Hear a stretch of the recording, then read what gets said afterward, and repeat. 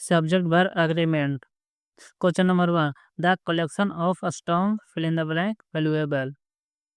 इसका correct answer होगा option C is the collection of stamp is valuable. यानी कि जो कलेक्शन है ना स्टाम्प का वो वैल्यूएबल है, कीमती है। वैल्यूएबल मीन्स होता है कीमती।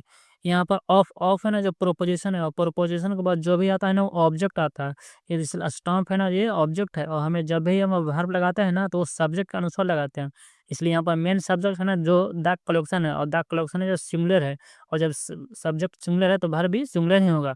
इसलिए करेक्ट आंसर होगा option C is the collection of stamp is valuable. यानी कि जो स्टाम्प कलेक्शन है जो वैल्यूएबल है। ऑप्शन ए है आर, आर है जो पुलर है, ये नहीं होगा। ऑप्शन बी है वेयर, वेयर भी ये पुलर वर्ब है, ये भी नहीं होगा। ऑप्शन डी हैविंग, कभी भी डायरेक्ट V3 कभी V4 कभी आ ही नहीं सकता। जब भी V4 आएगा तो उसके पहले आई एम इज आर या वाज वेयर प्लस हो ही आएगा। क्वेश्चन नंबर 2 है a bunch of keys fill in the blank been found. इसका करेक्ट आंसर होगा option B has, a bunch of keys has been found. यहाँ पर भी वही कॉन्सेप्ट है कि यहाँ पर ऑफ है जो प्रोपोजिशन है, और प्रोपोजिशन के बाद क्या है ये ऑब्जेक्ट की। तो ये क्यू है ना जो ऑब्जेक्ट हो गया, इसलिए और ये ऑब्जेक्ट है, और जब भी हमें वर्ब लगाना है तो सब्जेक्ट के अनुसार लगाएंगे। और सब्जेक्ट मेन सब्जेक्ट कौन होता है, प्रोपोजिशन के पहले होता है जो मेन सब्जेक्ट होता है। ये बंच क्या है, ये बंच जो सिंगुलर है और ये मेन सब्जेक्ट है। यानी कि ये सिंगुलर है तो वर्ब इसी के अनुसार लगेंगे, इसके अनुसार वर्ब क्या होगा, इसके अनुसार वर्ब सिंगुलर होगा। इसलिए सिंगुलर वर्ब क्या है, has. A bunch of keys has been found, has been found. और जब भी हैव हैज रहेगा तो हैव हैज के साथ बीन रखता है, ऊपर प्लस V3 लगता है। इसलिए करेक्ट आंसर होगा option B has, a bunch of keys has been found. यानी कि ये बंच, यानी कि चाबियों का गुच्छा पाया।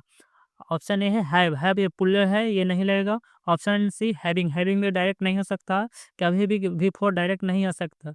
ऑप्शन डी इज तो नहीं होगा, क्योंकि इज है जो इज के साथ बीन नहीं होता है। क्वेश्चन नंबर 3 है the jury fill in the blank been arguing on that issue since 4 o'clock। इसका करेक्ट आंसर होगा ऑप्शन बी है the jury has been arguing on that issue since 4 o'clock। यानी कि जो जूरी है ना जो 4 बजे से इस इशू पर बहस कर रही है। देखिए जूरी है ना, जूरी है जो सब्जेक्ट सिंगुलर भी लेता है प्लूरल भी लगता है। जब जूरी है ना जो एक जब जूरी का डिसीजन जब सेम हो, यानी कि जब सेम हो, यानी कि एक जनरल एग्रीमेंट में पहुंच जाए ना तो वह सिंगुलर वर्ब लेगा। लेकिन यहाँ पर बहस हो रही है, बहस हो रही है ना, यानी कि सबका मत अलग अलग है। और जब सबका मत अलग अलग रहेगा ना तो वहां पर वर्ब क्या होगा, प्लूरल लगेगा। इसलिए यहाँ पर करेक्ट आंसर होगा ऑप्शन बी हैव। यानी कि the jury have been arguing on that issue since 4 o'clock। और सिंस 4 o'clock लगा हुआ है, यानी कि पीरियड बता रहा है, और जब भी पीरियड बताएंगे तो क्या होगा, प्रेजेंट परफेक्ट कंटीन्यूअस टेंस का यूज होगा। इसलिए the jury has been arguing on that issue since 4 o'clock। Option A है हैज, हैज नहीं होगा। अगर जनरल एग्रीमेंट यानी कि जब सहमति आ जाती है तब हैज का यूज होता। क्वेश्चन नंबर 4 है the committee fill in the blank reject a unanimous decision. इसका करेक्ट आंसर होगा option D has, the committee has reaches a unanimous decision. यहाँ पर वही कंसेप्ट रहेगा कि द कमिटी है ना जो यूनानिमस, यूनानिमस होता है ना एक सहमत। यानी कि सभी का एक डिसीजन है, एक जनरल सभी का सहमति आ गई। यानी कि जब कमेटी है जो सहमति आ जाए ना तो एक सबका ओपिनियन सेम हो गया। यानी कि एक क्या हो गया, यानी कि ये एक जनरल सहमति की तरह ट्रीट करेगा, और हर इस केस में हमेशा सिमिलर रहेगा। इसलिए यहाँ पर करेक्ट आंसर होगा option D has, the committee has reached a unanimous decision. अगर सबका मत अलग अलग होता ना तो उस समय क्या होता, उस समय हैव लगता। क्यों, क्योंकि सबका ओपिनियन अलग होता। लेकिन यहाँ पर सब सहमति में आ गए, इसलिए यहाँ पर करेक्ट आंसर होगा option D has, the committee has reached a unanimous decision. Question number 5 है $50 fill in the blank enough for the ticket.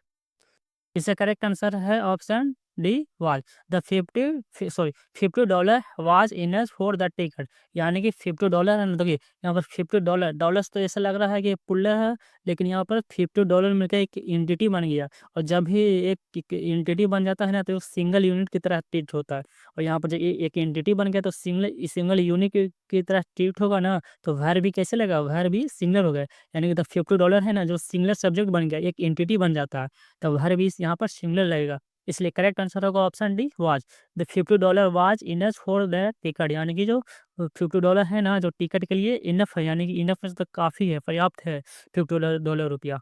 Option A है हैज है ना जो हैज है जो पोसेसन के रूप में यूज होता है, यहाँ पर पोसेसन की बात नहीं हो रही है। ऑप्शन बी है आर यहाँ पर यह नहीं होगा, क्योंकि यहाँ पर सिंगलर चाहिए, सिंगलर वर्ब चाहिए, और आर है जो पुलर है ये इसलिए नहीं होगा। क्वेश्चन नंबर 6 है, city after city fill in the blank destroyed.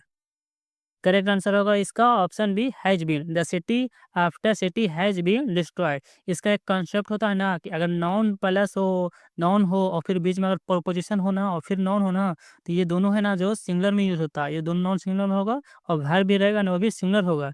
इसलिए यहाँ पर द सिटी आफ्टर सिटी है ना जो यहाँ पर सिंगुलर हो रहा है, सिंगुलर भी है, सिंगुलर भी है, सिटी के नीचे इधर भी उधर भी, और वर्ब कैसे लगेगा, वर्ब सिंगुलर रहेगा। इसलिए यहाँ पर करेक्ट आंसर होगा option B has been, the city, the city after sorry city after city has been destroyed, यानी कि सिटी के सिटी है ना जो डिस्ट्रॉयड हो गया, डिस्ट्रॉयड मीन बर्बाद हो गया।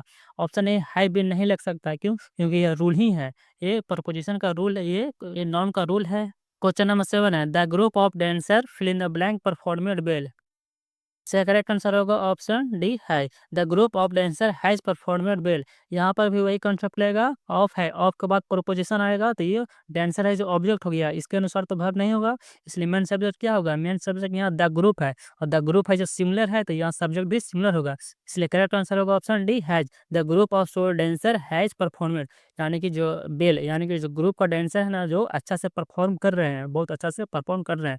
ऑप्शन ए हैव नहीं होगा, क्यों, क्योंकि यहाँ पर सिंगुलर सब्जेक्ट चाहिए, है भाई जो पुल्लर है ये नहीं हो सकता। ऑप्शन बी इज है, यहाँ पर इज है जो इज परफॉर्मर यहाँ पर नहीं होगा, क्यों, क्योंकि यहाँ पर सेंटेंस है ना जो एक्टिव वॉइस में जा रहे हैं, पैसिव में नहीं जा रहे हैं। ऑप्शन सी वाज सिंगुलर है, वाज परफॉर्मर ये भी नहीं होगा, क्यों, क्योंकि सेंटेंस यहाँ पर एक्टिव जा रहा है, और वाज अगर लगा देंगे तो वाज परफॉर्मर ये पैसिव हो जाएगा।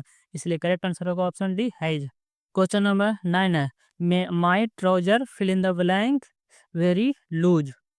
इसका करेक्ट आंसर होगा option B are, my trouser are very loose. कुछ ऐसे वर्ड हो गए होते हैं ना, जैसे हमें ट्राउजर हो गया, पैंट हो गया, एस्कीजर होता है, ये सब वर्ड होते हैं ना जो हमेशा पुल्लर में होते हैं, और कभी भी इसका यूज सिंगुलर सब्जेक्ट में नहीं यूज होता, हमेशा पुल्लर ही यूज होता है, और पुल्लर जब यूज होगा ना तब वर्ब भी इसके साथ पुल्लर ही लगाया जाएगा।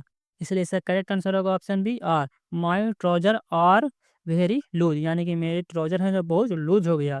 ऑप्शन ए है इज नहीं हो सकता है, क्योंकि ट्राउजर इज पुलर है तो भारी पुलर होगा, इज है जो सिंगुलर ये नहीं होगा। ऑप्शन सी वाज भी सिंगुलर ये भी नहीं होगा।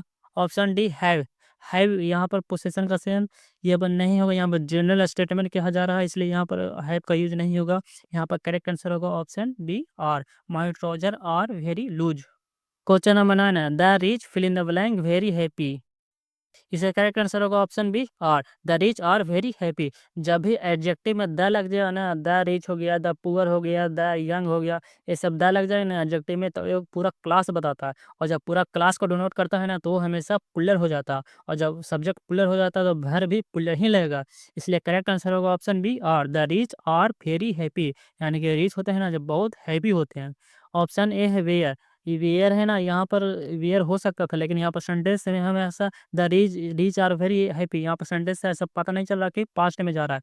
अगर सेंटेंस पास्ट में रहता तो वेयर का यूज कर सकते थे, लेकिन यहाँ पर वेयर का यूज हम नहीं करेंगे, क्यों, क्योंकि सेंटेंस सिंपल में है।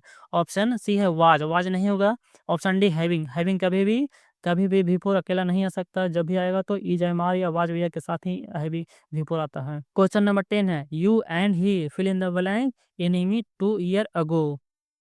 इसका करेक्ट आंसर होगा option D were, you and he were enemy 2 year ago, यानी कि तुम एन वाह तो ना आज 2 साल पहले इनेमी थे, यानी कि इसका करेक्ट यहाँ एंड से जुड़ गया है ना, यू एंड में जब एंड से जुड़ गया है तो सब ये सब्जेक्ट क्या होगा, पुल्लर हो गया, और जब सब पुल्लर हो गया तो वर्ब भी हमें क्या चाहिए, पुल्लर हो गए। इसलिए यहाँ पर करेक्ट आंसर होगा option D are, you and he were enemy 2 year ago, और यहाँ पर सेंटेंस है जो पास्ट में जा रहा है, इसलिए ऑप्शन बी है जो आर, ये तो आर प्रेजेंट में यूज होता है, और ऑप्शन ए इज है, इज तो सिंगुलर सब्जेक्ट में होगा, इसलिए ए भी नहीं होगा। ऑप्शन सी वाज भी है जो सिंगुलर में यूज होता है, सिंगुलर नहीं है यहाँ पर, इसलिए सी भी नहीं होगा। इसका करेक्ट आंसर होगा option D were, you and he were enemy 2 year ago, यानी कि तुम और वह 2 साल पहले क्या थे, बहुत इनेमी थे।